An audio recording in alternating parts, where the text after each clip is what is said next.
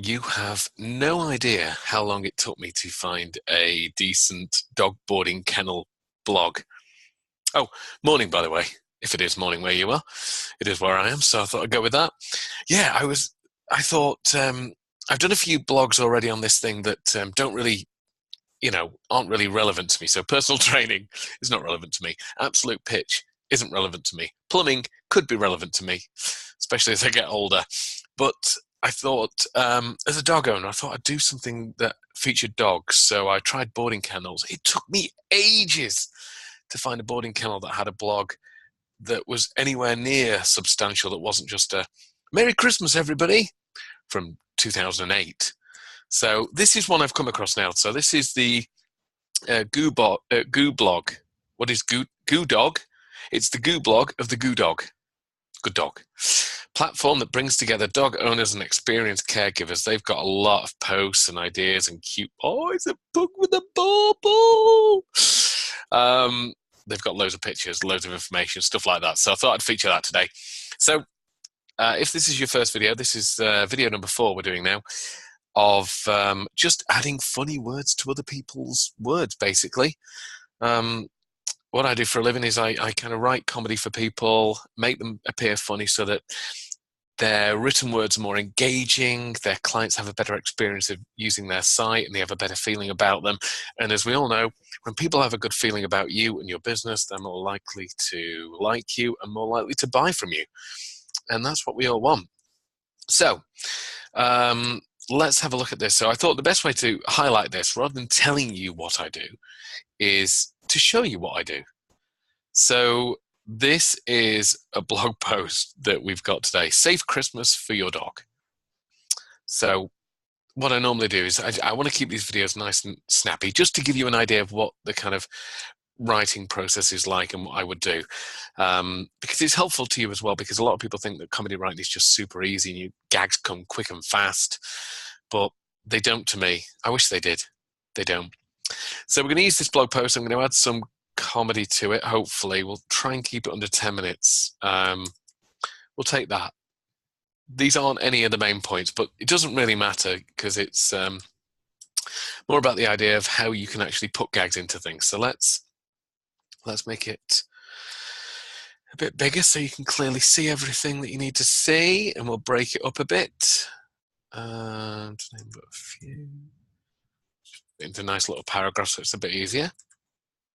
If you ever have any questions about anything I'm doing, just on this, not like, life choices or anything like that, but if you've got any questions about anything I do on here, just feel free to shoot me an email or message me, or, hang around in McDonald's. I'll be there most nights, probably. Right, so this is the blog post. We've just taken the first bit of it, the first 3 paragraphs, and we're going to see how many joke opportunities we've got here. We might do a few, we might do none. I'm not entirely sure yet. But the aim of this is not to make it perfect. And I also may use a few more gags than I would normally use in a blog post, because you don't want to muddy the message. But just for the purposes of this exercise, this is a good example, just to kind of see what gag opportunities open up. So first paragraph: songs of good cheer, Christmas is here. Once again, the Yuletide brings us many delights. Well, many delights, fairy lit streets, presents, decorations, endless family dinners, crackers, and heaps of mince pies, name but a few. So there's a couple of potentials for gag here. First one is the rhyme. Songs of good cheer, Christmas is here. I like that opening, but there's potential for a gag there. Obviously, it needs to rhyme with here. My first thought was to be something of beer, so let's do mountains of beer. Christmas is here. Or actually, no. Mountains is okay. How about stockpiling beer? Christmas is here. That's a bit more like the Christmasism I'm used to. Once again, the Yuletide brings us many delights, fairy lit streets, presents, decorations, endless family dinners, crackers, heaps of mince pies. I wouldn't normally put that many in there, to be honest with you. That's a lot of examples. People know what Christmas is like, so I'd cut it down to like 3, and this is really good case to highlight the rule of 3. In comedy, you'll have the idea of the rule of three. So failure that streets, presents, and the third one would be funny. So let's just do the rule of three and think of something that stereotypically would be funny at Christmas. So presents, decorations. Let's just take those out for now. So once again, the Yuletide brings us its many delights: presents, decorations, and who can forget Uncle Dave's rude charades?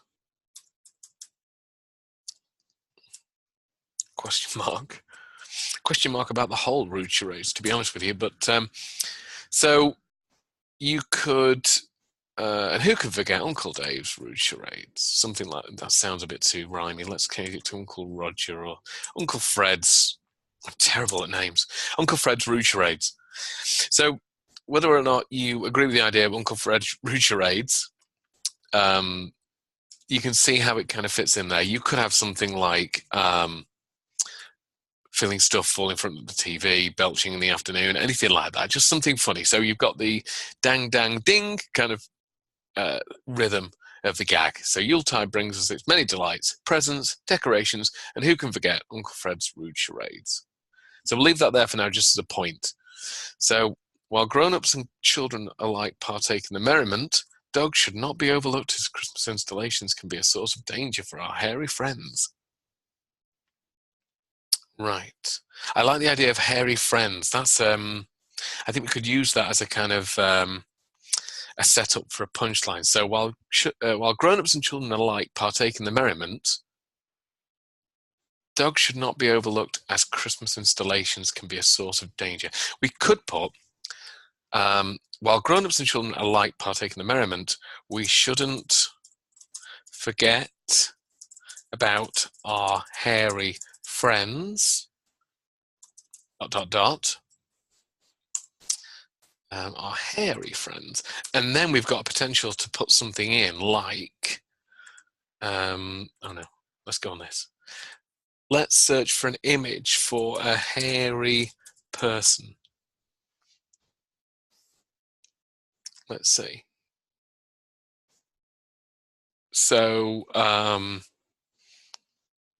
there, that looks perfect. Let's just use that. Let's just copy it for now, because I'm not actually going to use it. And obviously when you use images and stuff like that, you have to be very careful about what you do. You need copyright and things like that. But for the purpose of this, I'm not going to publish it anywhere, so we're okay. So while grown-ups and children alike partake in the merriment, we shouldn't forget about our hairy friends. No, not your Auntie Francine. Not your Auntie Francine. I'm reading this in a very cheesy voice. We mean your dog. Something like that. So you can see how you've made the point about, you don't want to forget about kids and grown-ups and stuff like that, and you don't want to forget about dogs, but you've done it in a kind of backhanded way without muddying the concept to the point you want to get. We shouldn't forget about our hairy friends. No, not your Auntie Francine. We mean your dog. So let's leave that there for now. December is the busiest month of year for vets for a reason. Now, I like that, because they've implied for a reason, and we all know the reason is probably the fact it's Christmas-related incidents, Paul Burnham standing on snow and stuff related like that. But because they haven't said the reason, we can kind of make one up. Well, not make one up, but we could kind of come up with a stereotype and throw that in there instead and have another bit of a swerve. So December's the busiest month of the year for vets for a reason. Let's just do this. And not just because they get paid double time or something similar to that. So you're kind of turning it around. No, December's really busy, not because dogs are injured or caused any particular ailment by the snow, but just because vets are double time. They like the call outs. They need their Christmas bonus too. It's because vets need a Christmas bonus 2. Something. That will do for now. So I think I'll leave it there because I really want to keep these under 10 minutes, really. So what we have is this Songs of Good Cheer, Christmas is Here, which we changed to Stop Piling Beer, Christmas is Here, which keeps the same idea, but just makes it a little bit more funny. Something stereotypically you do at Christmas. Doesn't have to be beer, but that was the first. I'm terrible at rhyming, so you may come up with better options than that. Once again, the Yuletide brings us its many delights, and rather than just listing a lot of things that people know about, we've turned it into a gag. Presents, decorations, and who can forget Uncle Fred's rude charades. You may not have an Uncle Fred. I don't, gladly. And while grown-ups and children alike partake in the merriment, dogs should not be overlooked, as they can be a source of danger for our hairy friends. And we've just kind of done the hairy friends thing, so they think it's going to be a picture of a dog, but it isn't. It's a picture of a weirdly hairy man wearing a hairy suit. And then you go, no, not your Aunt Francie, we mean your dog. And it's not a hilarious laugh-out loud gag, but it just breaks it up enough to keep them engaged and hopefully serves to prove that the rest of the blog will be worth reading. And then we do December is the busiest month of year for vets for a reason. Again, they're going down the garden path of they're already assuming it's going to be something about, winter and cold related ailments. But you turn it around by saying, no, it's because vets get paid double time and they need a Christmas bonus too. So let's get rid of the rest of that for now. That serves a good example. And like I said, I wouldn't necessarily use all of these in the same blog post if I was doing this, but it's comedy writing is like looking for opportunities to insert gags and funny things in there. And then you kind of, like any kind of writer, you get it all down and then you edit it out. So you might want to take a few things out. But for the purposes of just doing the exercise, it's worth spotting as many potential opportunities as you can and having too much to choose from, really. So hopefully you found that useful. Got a nice rhyme in there. We've got a rule of 3. We've got image in there, which I'm now going to have to delete from my computer. That's going to show up in my search history. Lovely. So as ever, if you have any ideas for websites I should feature or any topics you want me to talk about, feel free to shoot me a message. The best email to get me on is johnholtwriter@gmail.com. The worst email to get me on is jeffbezos@amazon.com, which will never get there at all. But if you've got any questions, any suggestions at all, feel free to send me a message. I can't promise to feature anything, but I can promise that I'll read your email while having a large cup of coffee. Have an awesome day, and I'll see you on the next video.